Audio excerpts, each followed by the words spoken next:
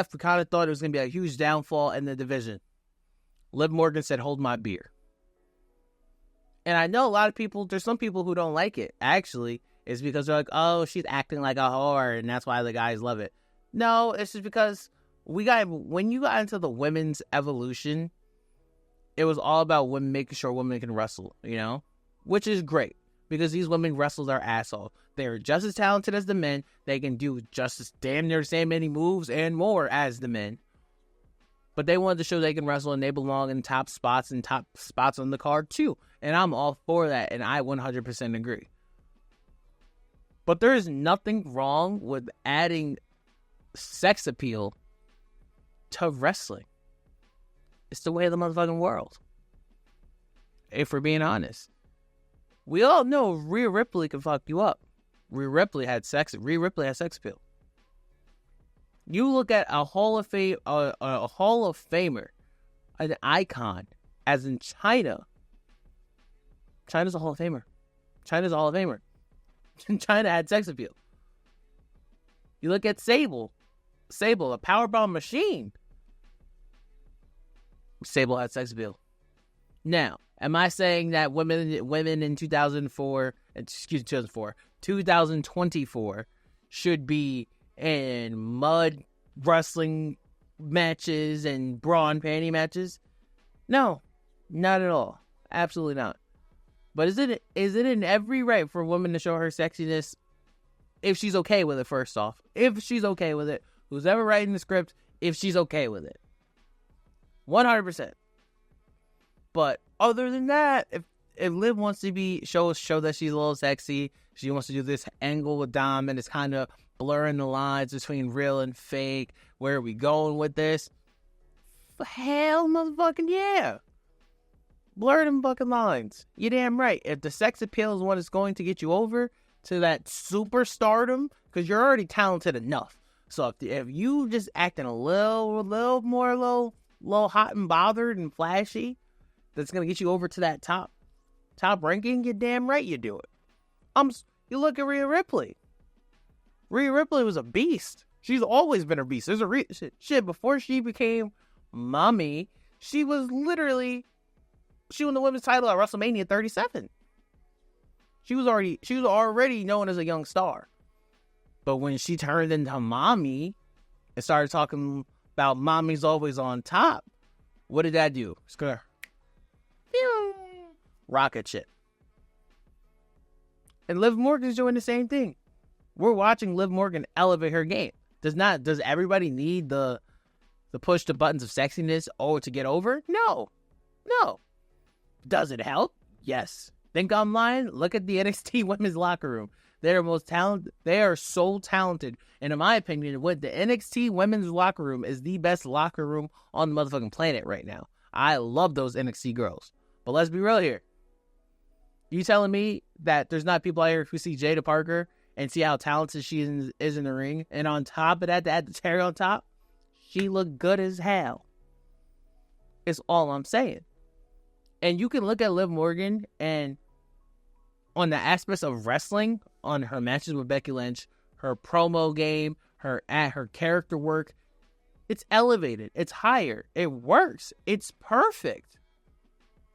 If you think I'm lying, if you think I'm wrong, if anybody's going to sit here and argue me on Liv Morgan and how she's elevating her status right now, show me look at the difference between her and Bayley right now.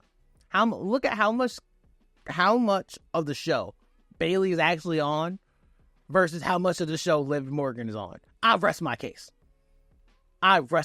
You can literally debate. Liv Morgan has the top draws. Is one of the top draws on Monday Night Raw in the month of June. You can't argue that. It's literally proven facts. And it's literally adding life into the Judgment Day as Damian Priest is basically doing his own thing with his title run. Liv Morgan just won the Judgment Day, the tag team titles, on this past episode of Raw. She's doing her own thing. She is, right now, you can argue she's one of the biggest, or if not the biggest star in the month of June in that women's locker room. Could that change by July? Yes, if mommy comes back. The roof's going to blow off the place. If she fights Rhea Ripley versus Liv Morgan at SummerSlam, that's a big match. And a lot of that has to do with Rhea Ripley having star power and aura. And now it's being matched with Liv Morgan's aura and star power. So my female wrestler of the month is Liv Morgan. The next wrestler of the month for me was damn near impossible. Because you can pick Drew McIntyre, you can pick Chad Gable, you can pick Braun Breaker, you can pick Mr. I Believe in Joe Andre. You can go with a young guy like Javon Evans. I'm not even mad at you. Mr. Bouncy is only like 19 years old, and he's doing the goddamn thing. There are so many different people that you can go with for wrestler of the month. Hell, you can go, I'll give you MJ. If you really want to go AEW, I'll give you MJF. I'll give you Swerve. I'll give you Christian. You can always goddamn fucking pick Will Ospreay for every fucking month. There's so many different great wrestlers. But to me, how I like wrestling, I like draw. Who has everybody talking? Who has everybody watching? What's the number one feud? And to me, the wrestler of June is Drew McIntyre. Drew McIntyre, to me, is the best wrestler in June because his promo work, he has the number one storyline in professional wrestling. The Drew McIntyre CM Punk feud is the best feud in wrestling right now, period. We're about to head to SummerSlam. If it is CM Punk versus Drew McIntyre at SummerSlam, that's the main event. I love Cody Rhodes. I know it's probably going to be Cody Rhodes versus Solo Sikoa because they're fighting in a 6-man tag team match at Money in the Bank. So I'm very well aware that it could be Cody Rhodes versus Solo Sikoa. Drew McIntyre versus CM Punk is the main event of this show. Period. That is the feud we are all invested in. That is the feud we are dying to see. It is Drew McIntyre versus CM Punk. We need to see how this ends.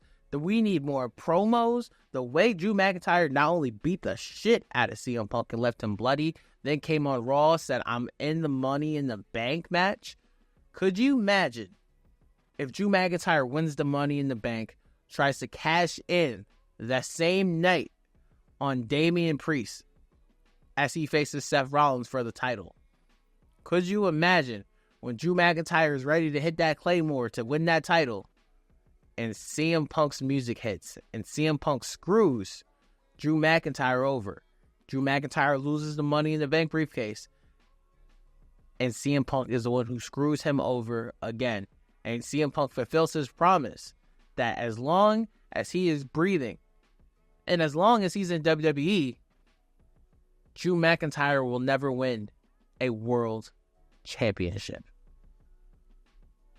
This is the best feud. This is the feud we're talking about. This is the feud we're trying to see. This is where the money lies. So in the month of June, Drew McIntyre is the top dog in the month of June. Where will he be in July? We'll have to wait and see. And you'll have to come back for that. So that is how I'm calling it. My two wrestlers of the month for the first time ever is Liv Morgan and Drew McIntyre. Thank y'all for listening. Thank y'all for watching. Please like, comment, and subscribe for your boy. I love y'all. I appreciate y'all. Thank y'all so much. It has been your boy D. And until forever finds you,